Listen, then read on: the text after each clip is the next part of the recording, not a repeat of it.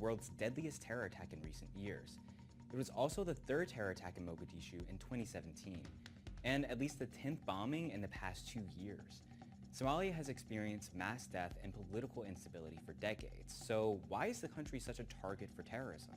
Well, since 1991 and the start of the Somali Civil War, Somalia has wavered between being a fragile and outright failed state. When the government of Siad Barre was overthrown by a military junta, which was also the same way Barre came to power in 1969, the country fell into a power vacuum. Warring factions, led by religious and regional clans, fought to establish control over their local territories, displacing and killing hundreds of thousands of civilians. Most notable in this power struggle was the rise of a group known as the Islamic Courts Union. Despite the best efforts of international and neighboring states to establish a military force and stable government, the ICU was able to capture and control a large southern portion of the country.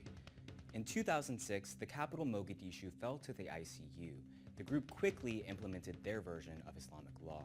By the end of that year, the ICU were forced out of Mogadishu and disbanded by a newly formed transitional government. But Somalia continued to spiral out of control. In particular, an offshoot of the failed ICU began gaining power and committing terror acts countrywide. The group, called Al-Shabaab, has claimed responsibility for multiple bombings, particularly since 2012. This Al-Qaeda-aligned jihadist group, named after the Arabic word for youth, has specifically targeted government institutions and non-Muslims.